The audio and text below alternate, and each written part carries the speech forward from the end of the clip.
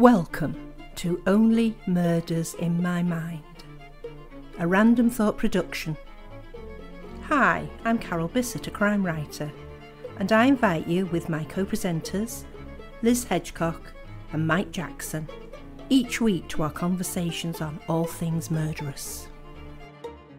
Hello and welcome to another episode of Only Murders in My Mind with my co-presenters, Liz Hedgecock. Hi Liz. Hello. I'm Mike Jackson. I'm Mike. Hello Carol. Hello Liz. How's things with folks? You alright? I think so. Little- Thursdays yeah. I always get up early because it's my other half's early day in work, so I've been awake since about 5:20. Oh. And my voice is not a sexy voice; it's a cough. but we'll let's go with the sexy We'll voice. go with the sexy. Yeah. So we're going to talk about the anatomy of the red herring, or a red herring. Mike, you have got a definition for this. This is a common used way of confusing people, especially in murder mysteries. Yeah, funny enough, what I tend to do nowadays, just going off on a slight tangent, I don't know if any of our... That's not like you. No, it's not like me. I don't know if any of our listeners have heard of Joanna Penn. She does a very good podcast, almost as good as ours, called The Creative Pen. She's been doing it for about 10 years. And I listened to an episode where she was saying that more and more she's using AI, in particular ChatGPT-4, as a search engine rather than going onto Google. So I thought I'd do the same thing. So I asked for a definition of red herring. And apparently it goes back to the 1800s or before then.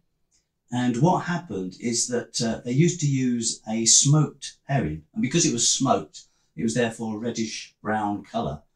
And they used to have a really strong, pungent smell. So what they did, they used it to train hunting dogs. And the fish would be dragged across a trail to confuse the dogs and divert them from the scent they were supposed to be following. And the idea was that if the dog could be trained to follow the original scent without being distracted by the smell of the red herring, it would be considered well trained. So that's where it comes from. That makes sense as well. Do you doesn't think it? that's related to April Fool in French being Poisson d'avril? All right. Interesting one. I'll put that into ChatGPT-4 someday. Yes. I'll find Did you out. check it with Wikipedia or other authoritative sources on the web? No, I didn't. Though nowadays ChatGPT is linked in through Bing, so it can search the web. So I went on to then ask it as a follow-up question, when was this first used in terms of any writing? And apparently the first recorded use of red herrings was in 1807 by an English chap called William Cobert, who was a political commentator.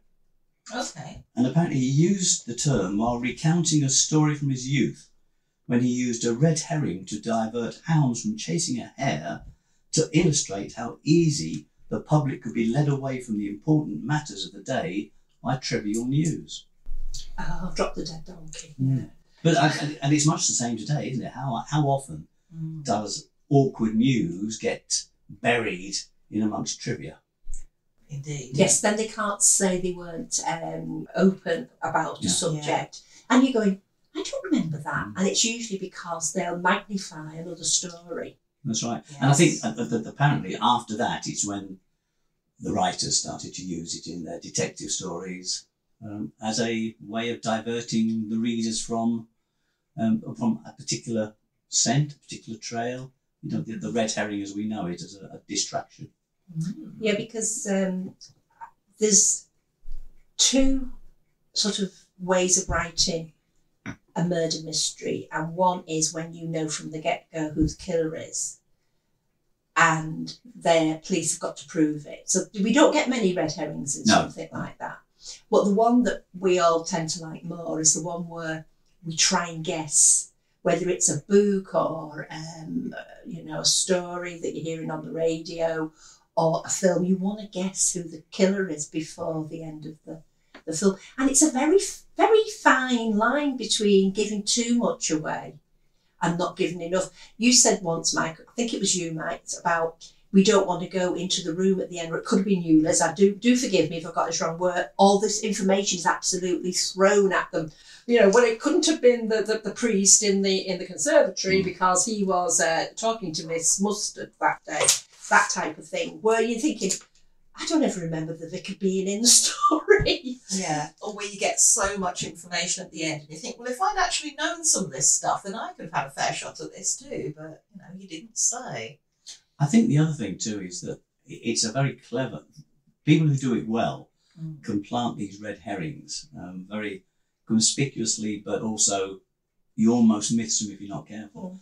I watched a television programme the other day about a murder mystery, and the two main characters, one's a policeman and the other one, the woman, is a private detective, and the sort of the first episode they're getting to work together, and there'd been a murder. The story started off with a murder. This fisherman got murdered at sea, and she followed the fisherman's wife and saw him kissing the chap who the fisherman owed money to. So she went to the policeman and said, they did it. They murdered him because they're having an affair and they were after his life insurance. Now, if that had been the case, that was after 20 minutes, we didn't really need the other 30 minutes of the story.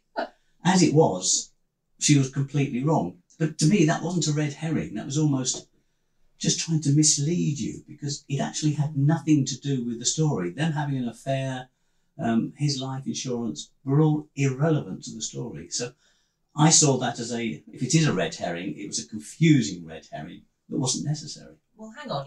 Red herrings are meant to confuse. So can you have such a thing as a confusing red herring? Right. An unnecessary red herring? Maybe. It didn't add to the story. Right. Yeah.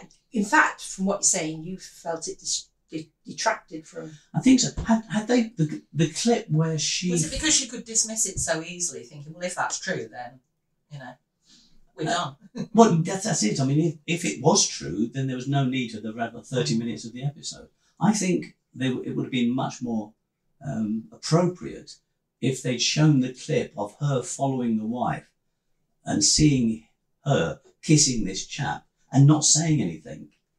That just leaves something planted in your head. Oh, I wonder if they did have something to do with it. Yeah. Yes. How often do we get to the end of a book or a television series, stroke film, and go, I did not see that coming. And it's like, wow, you know, when it is, you can see how it happened, not like when they just throw somebody into the plot that, you know, it was the man up the tower with the hump on his back, you know, who was not in the rest of it. But when it's been a main character, and you just, the one about the young lass that's been in the army and her husband's been killed, we both watched it. It's the one that's set at Arley Hall. Yeah. Harlan Coben. Yes.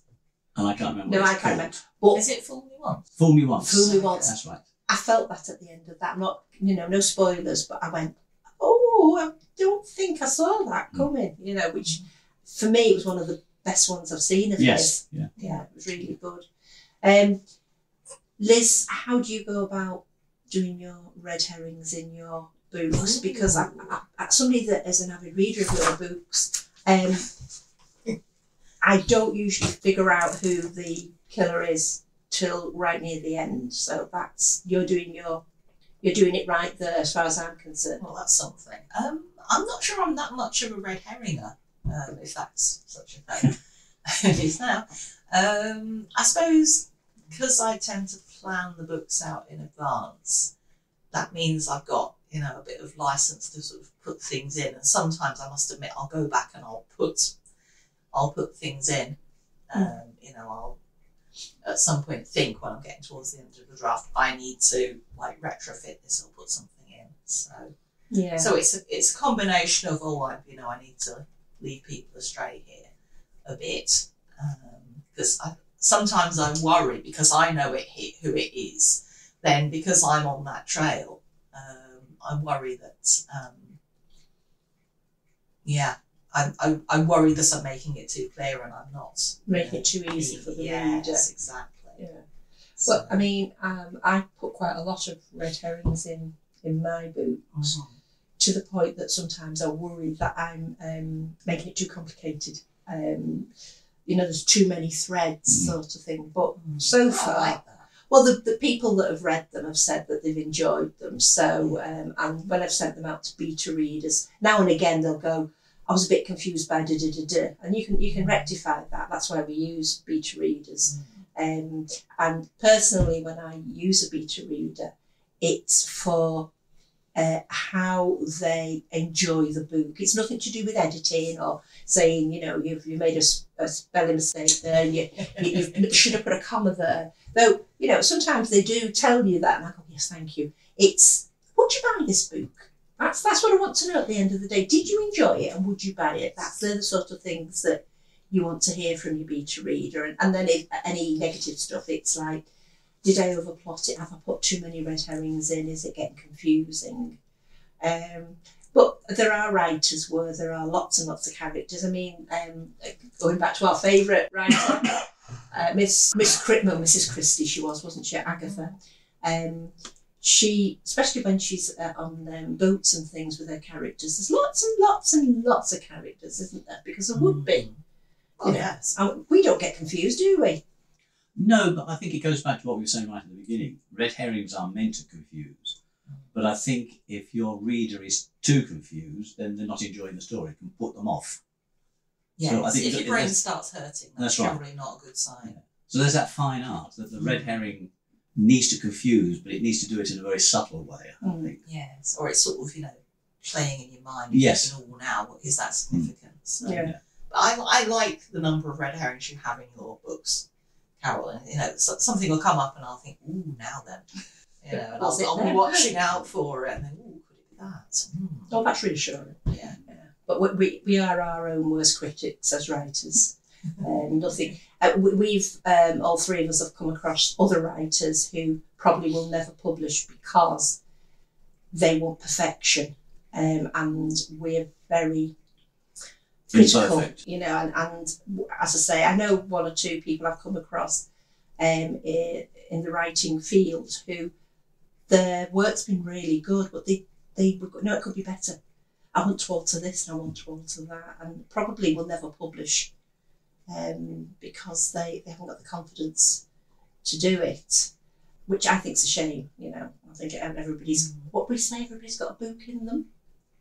Yes. Do you think that's true? No, personally. Have you got an Novella in you? Oh, Carol, that was a low blow. I sometimes doubt it, Carol.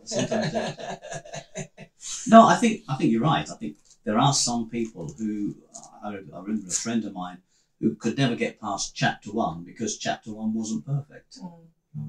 And it takes me to something that I like doing, which is free writing. We're going away from red herrings at the moment, but we do have a tendency to do that on this podcast. Yes, we'll go fishing. We'll come back to the red herrings. But every day I like to do a bit of free writing. And if you've not heard of free writing, then have a look at Only Murders in My Mind blog, because I've just put a blog post up about free writing. And the idea is that you literally let the pen or the pencil or the keyboard even have almost a will of its own. If you just keep on writing, if you set yourself something like 10 or 15 minutes and don't stop writing. So even if you can't think of what to say next, write, I can't think of what to say next. The idea is you keep the pen flowing and you will be amazed at what comes out at the other end. Because it's all about not editing. It's about letting your subconscious come to the fore and throw out all sorts of ideas. And apparently, and I put this in the blog post, there are some key famous authors, people like Stephen King, for example, who do a lot of this free writing. And that's where a lot of their ideas come from. They're sort of buried there deep in the subconscious somewhere.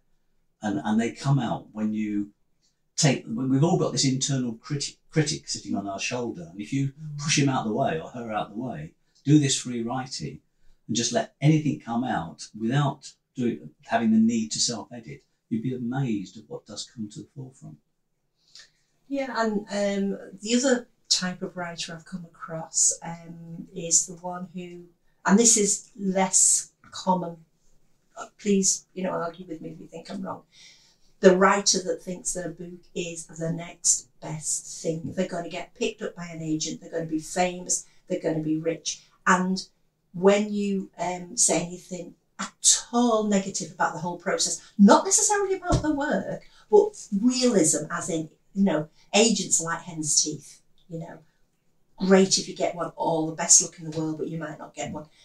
They don't like that. They don't like that, or if you give, I remember a lady once in a writer's group giving me her work to read, and it was a memoir, and she said she was only doing it for the family. And I said to her, it's really good, and I pointed out a few things where she could make it better, in my opinion.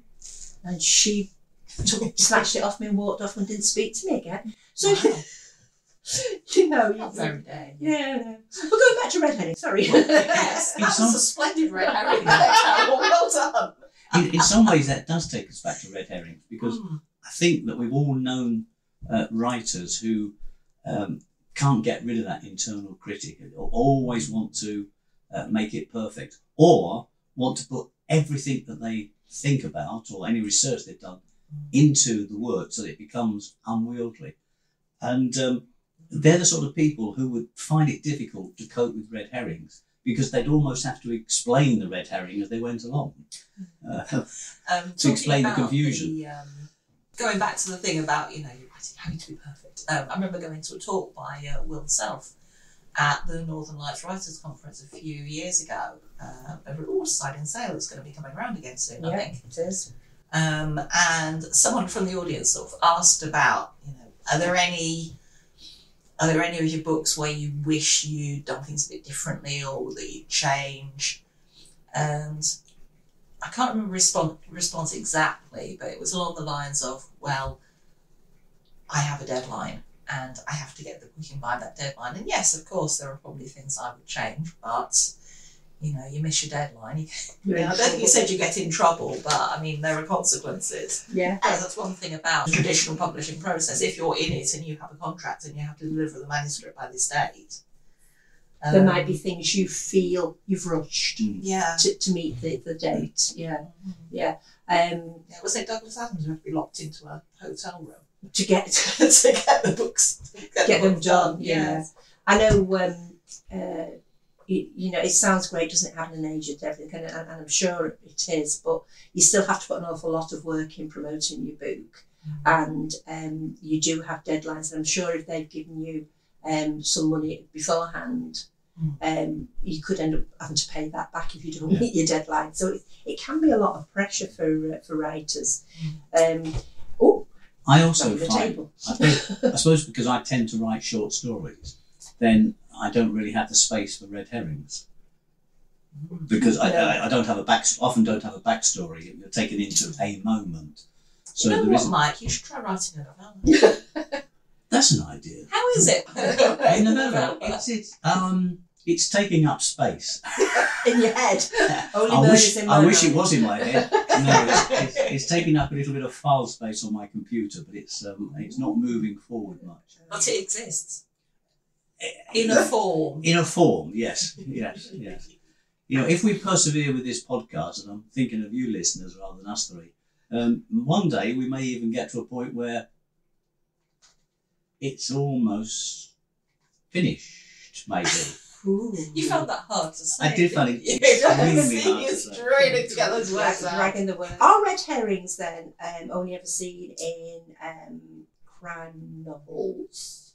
Or do we see them in other things?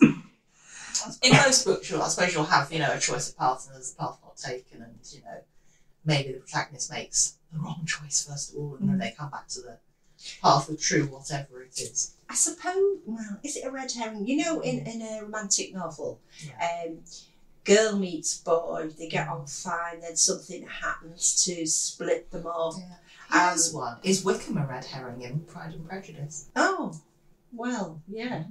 You could say, couldn't you? Because that's what I'm thinking. Girl presumes boy is going off with another girl and it's his sister.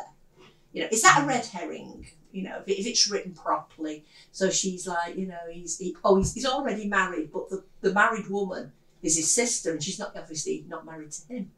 Is that a red herring? it comes back to that definition, isn't it, or how wide a definition you want to use. Because you could think of Shakespeare and Romeo and Juliet, and if you're reading that particular play, that story play, you assume at one point, oh, it's all going to end happily. They're going to live happily ever after. And then something's thrown in where one poisons one and the other one kills himself. I'm not sure which way around. Is it? Juliet takes... Does she take the poison? Takes the potion. Which isn't really poison. Romeo comes upon her. She's dead. Yeah. And Kills then she himself. wakes up and finds herself next to. Yeah. Sorry to ruin it for anybody. Yes.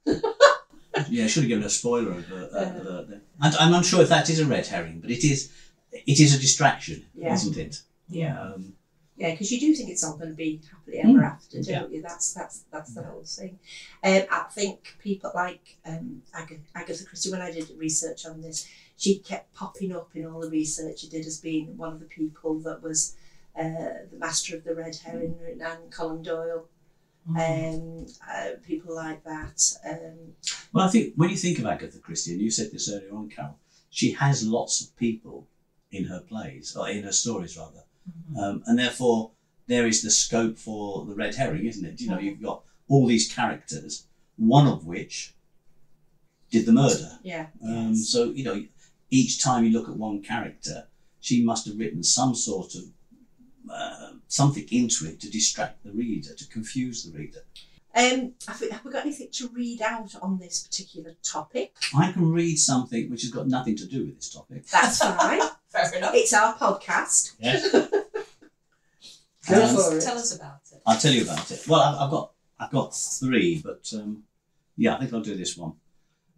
I quite enjoy monologues. I don't know if anybody else has ever read Alan Bennett, especially his Talking Heads. Yes, brilliant. They really are brilliant. So every now and again, I like to create a story using monologues. So this one's called The Waiting Room. In the sterile hum of the waiting room, I found myself perched on the edge of a too hard plastic chair, the kind that makes you wish for something softer. Around me, the air is thick with the antiseptic smell that hospitals specialise in, mixed with the undercurrent of worry that seems to be everyone's unwanted companion. The magazine in my lap lies forgotten, its pages filled with the promise of distraction I no longer have the heart to seek. I'm not sure when this place, with its flickering fluorescent lights and the relentless tick of the clock, became a regular fixture in my life. It seems like only yesterday that I was on the outside, glancing in through its windows with a mix of curiosity and detachment. Now, here I sit, a fixture as much as the chairs and the potted plants, just waiting. The faces around me are a blur of stories untold. Each person carries their own burden, their own reason for being here. And yet, in this moment, we share something in common, a thread of understanding that binds us together in silent solidarity. We're all waiting for news, for answers, for a reprieve. I can't help but think back to a time when the biggest decision I had to make was what to cook for dinner or which film to watch on a Friday. Now, these mundane choices seem like luxuries, taken for granted in a life that was once filled with so much simplicity it almost seemed dull. My mind drifts to him, to the reason I sit here today. It's funny, isn't it, how quickly our priorities could shift, how the ground beneath us can just give way, leaving us scrambling for something, anything, to hold on to. He's my rock, my reason, and now as I wait for the door to open and for a face to emerge with news, I'm both desperate and terrified to hear. I realise just how much of my world revolves around his orbit. The waiting's the hardest part. The not knowing. It's a limbo of sorts, a purgatory where hope and fear dance a delicate tango, each step measured, each breath held. I find myself bargaining with God, promising anything, everything, if only for a favourable outcome. I glance at the clock again, its hands mocking me with their steady progression.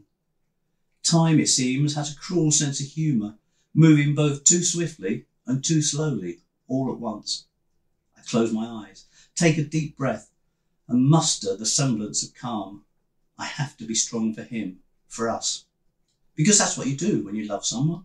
You wait, you hope, and you hold on to the flicker of light in the darkness, no matter how faint it may seem. And you believe with every fibre of your being that somehow, some way, everything's going to be okay.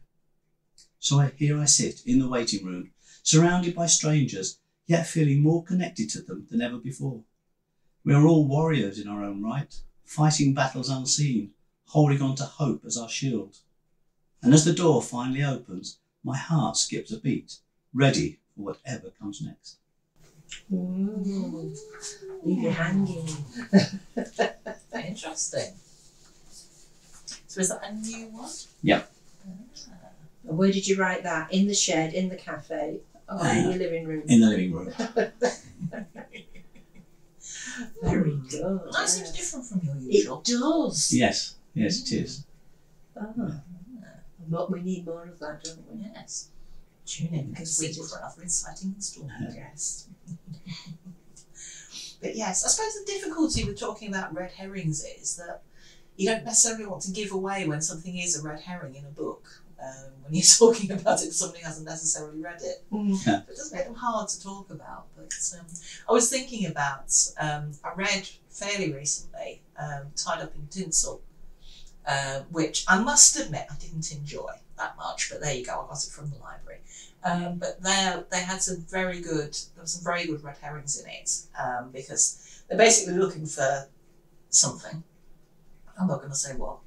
And there are various options, and just mentioned briefly is oh, go on, I'll tell you it's a body.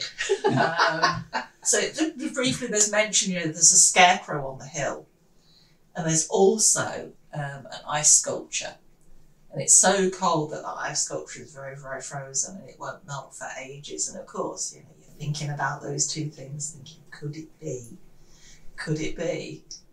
And every so often someone will pass the ice sculpture, or they will look at the scarecrow on the hill while they're doing this search, and you're thinking, ooh. So yes, there we go. But yes, wouldn't recommend the book, but anyway, I enjoyed that bit. I have got to the end of books, stroke plays, stroke films, etc., and the end has been ridiculous. I hate that. And I've thought to myself, what? It'll be a ghost or an alien or a vampire, which again has never been mentioned during that's not on. It's not. It's cheating. No, you can't just have random supernatural beings turning up at the 11th. Well, it's convenient. Yes, it was the. It takes me back to Dallas, where Bobby Ewing comes out the shower. I mean, how ridiculous was that? Just going back to something I said earlier about not having red herrings in short stories. I was just thinking then that some of my very short stories do have a twist at the end. Oh, they do. Oh, yes. And I wonder if that, in a way, is a sort of red herring because it throws the reader. The reader may have been expecting it to finish, and because it's a twist, it's confusing. The one about the aliens? I've had this wrong all along. Yes. Yeah. Yes. The one about the aliens that you read out about them taking over an MP's body and yes. The first time I heard that, I presumed they were just like psychopathic murderers. But when you get to the end and they're actually from another planet and they're taking over people who they can be very powerful in the country.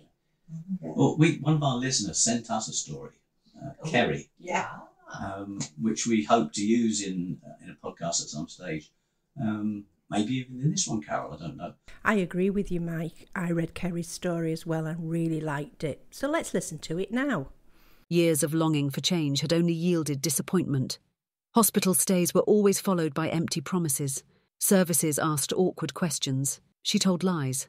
Her estimated recovery was 12 months.